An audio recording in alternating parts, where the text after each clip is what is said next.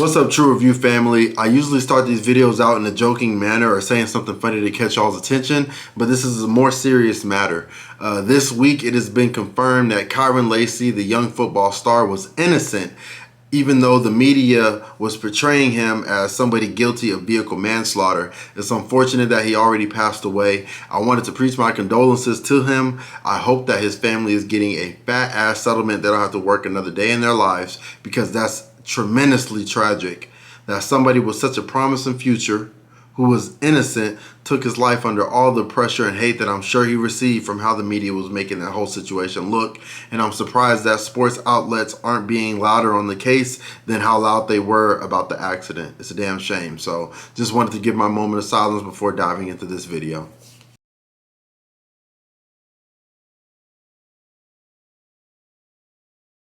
All right, back to regular scheduling, man. It's your motherfucking boy, your favorite fine cheerleader's favorite sports journalist.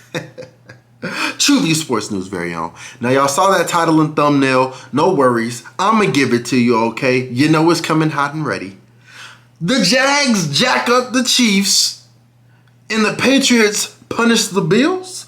A lot of teams that y'all would have believed to have been hot garbage, hot booty a long time ago are actually looking like they're turning it around, okay? We talking about everything. Diggs, Dylan Gabriel's debut as a starter, Travis Hunter actually making a play of the week for me. So if these are some topics y'all are interested in, go ahead, drop a like, comment, and subscribe. There's more where that came from. Let's get to the greatest slideshows on God's green earth.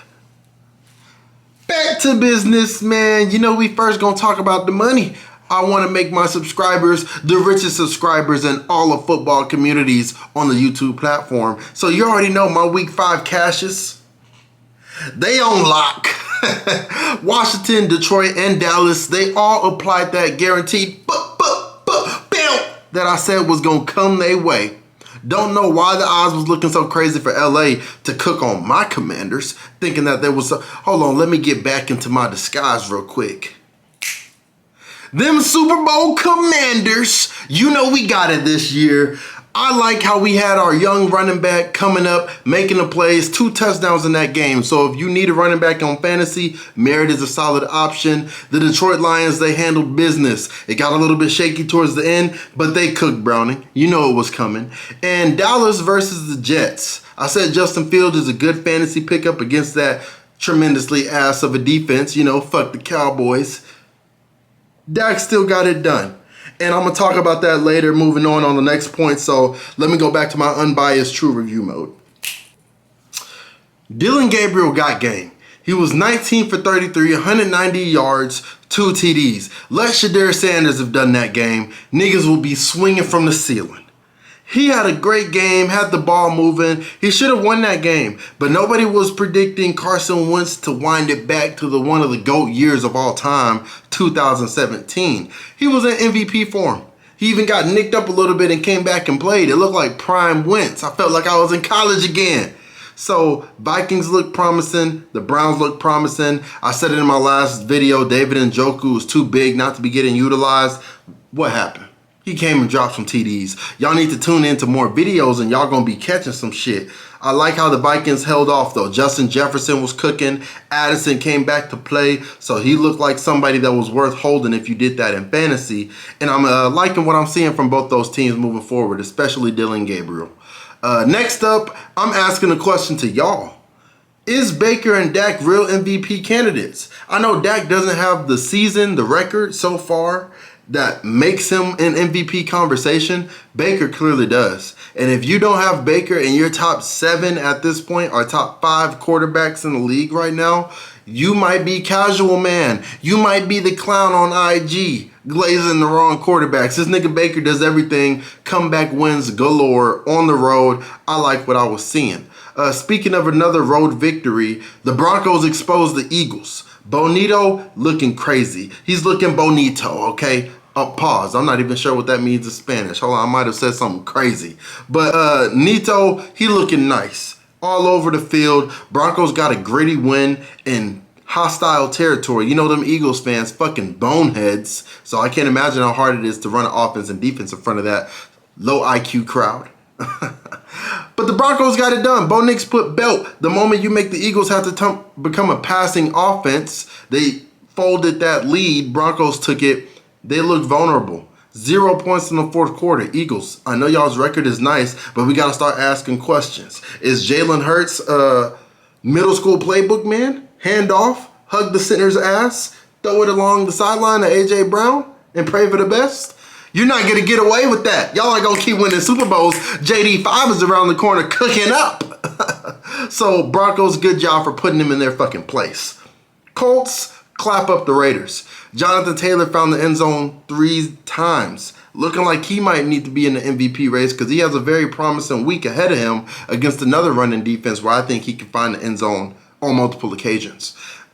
Genty is looking like he's starting to get some more production now that he went back to his old stance. But Geno Smith, man, you're looking like another version of Kirk Cousins. You done went over to another franchise, robbed them of all their belongings, and now you're just giving out interceptions. Giving out interceptions like it's charity work. It's looking crazy over there. Y'all got the shit beat out of y'all. Y'all got a shellacking. I'm not sure what the Raiders are going to look like moving forward. But the Colts, playoff potential. Now, I'm critical of these athletes. I got to be critical of myself. I was Dookie Man this week, okay? I was Mr. 4 pockets flat. I went 7 for 13 on my predictions. We going to get better at that. Trust and believe. 7 of 14, actually. I got Monday night wrong, so let me update that. Anyways, yeah, 50% not looking good. I can guarantee y'all the week 6 predictions is going to be fire. So go ahead and lock your ass in. Let's talk about the primetime games of the week. First and foremost, 49ers scout team Steam LA. We was not predicting to see Mac Jones looking like he was in college. There's a lot of quarterback signings that should be happening on teams with injuries or teams that are moving on. Joe Flacco is one of them to the Bengals. If Mac Jones would have went somewhere, I know that the 49ers got a lot of money tied up, but when Purdy comes back, Mac Jones is looking like a quarterback that's going to get millions. That's my narrative from that game. But they're 4-1, first in the NFC West with all the injuries. Christian McCaffrey, Warner, Trent Williams, we're glad to see them playing. They need to play with all the pieces that are missing. Their best games was this Thursday night game and how they handled Seattle. The pros, like I said, is a healthy Christian McCaffrey, but depth in coaching. Y'all are giving all the excuses in the world to these other franchises that are battered up and got the injury bug, but they're still getting it done. 5th in yards per game and 6th in opponents' points per game. I like what I'm seeing. It has to be great coaching. That has to be the answer. They're a top 7 team right now. I'm going to do a midseason ranking, so I'm going to just throw them in the top 7. Next up, I got the Patriots parking the fucking Bills. I wanted to call the upset so bad because I like what I'm seeing from Drake May, and I think Diggs is only going to get better. He did. I didn't call it. I doubted myself. I won't do that next week. They're a top 15 team. 3-2, second in the AFC East. Their best players, a heavy sleeper, is Christian Gonzalez. Over there at DB, he might not have the craziest stats, and that might not be the name that pops up the most, but man, he's locking shit up. Drake May is also looking legit and very technical. Diggs and Booty, y'all say his name wrong. I think it's Booty, but on the broadcast team, they just yelling, Booty, Booty, Booty, Booty, rocking there. You know what I'm saying? Say the nigga name right. Y'all over here making jokes. I think he's a good pick on fantasy if you need help at receiver. And if you got Diggs and you believed in the hype is real. He looks like a leader. They got great wins. The way they put points up on Carolina, I'm going to give them that one. And the way they handled Buffalo on the road, I respect it. They got a gritty defense with great coaching and a well-rounded offense. You don't know who's going to go off for the end zone. Their cons, backfield production. Now, Stevenson was getting a lot of hate. He had the fumble issues. They're not having no crazy 100-yard games of running. I think Travion Henderson is the answer, and Stevenson should get better. I like that the head coach, Vrabel, or Mike, he showed that he still gave him hope. He came in there and said, look, we're not down on you. Get this ball and get in the end zone 2 more times. He did his thing. They're ranked 7th in TDs a game, 9th opponents' points per game, so their defense is locking up. And 2nd in pass completion. Shout out to Mayday. So I'm liking the new look Pats. That's the main narrative in their top 15. A lot of Bill fans are talking about this is y'all Super Bowl. Y'all ain't got nothing. This is everything to y'all beating us. Nigga, y'all ain't got no goddamn Super Bowl. Fuck you talking about? I think y'all are both equally in equal playing field. The Patriots can do some shit and might be a playoff team this year. Don't be surprised. And lastly, I want to make these videos a little bit shorter. I'm over here yapping. The Jags looking legit. They're 4-1, first in the AFC South. Now, T-Law was having some bonehead moments. You ain't looking at the clock. You ain't see the clock going down. But he's still their best player. Happy birthday to him as well. Devin Lloyd, I like how fast and how he's all over the field when I'm watching the Jaguars play.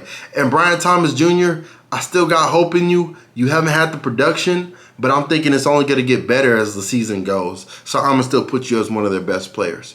Asterisk for Travis Hunter. I think when he gets more reps, he should cook. But their best wins now, Kansas City, 49ers, Houston. I mean, come on, man. This isn't the Jaguars we've known since the 90s. Straight ass bun city. They're a versatile offense, good quarterback, fast defense. The people that were out on Trevor Lawrence, you can't be out on him now after a performance like that. He did well.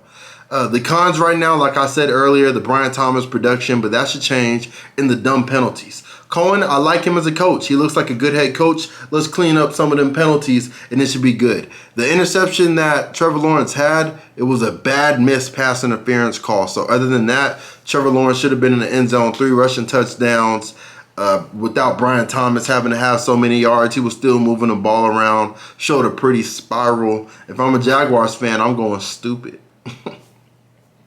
First ranked, they're first in defensive takeaways, 10th in points per game, and 15th in yards per game without Brian Thomas and looking like what he was last year. This year he's looking like he's a female 8th grade flag football receiver.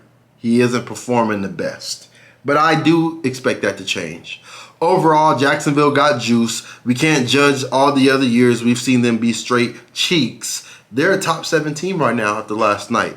I'm liking what they got done. So that's my take on week 5. I'm going to have a video out for Thursday Night Football. I like the matchups that are happening this week. I think we're going to make some money. I'm going to bet my parlay. I'm going to put my picks out on the channel. So subscribe to see my posts. Other than that, man, y'all already know what it is. Y'all first and foremost got to subscribe. And number 2, the most important thing to do, stay true. It's your boy. I'm gone.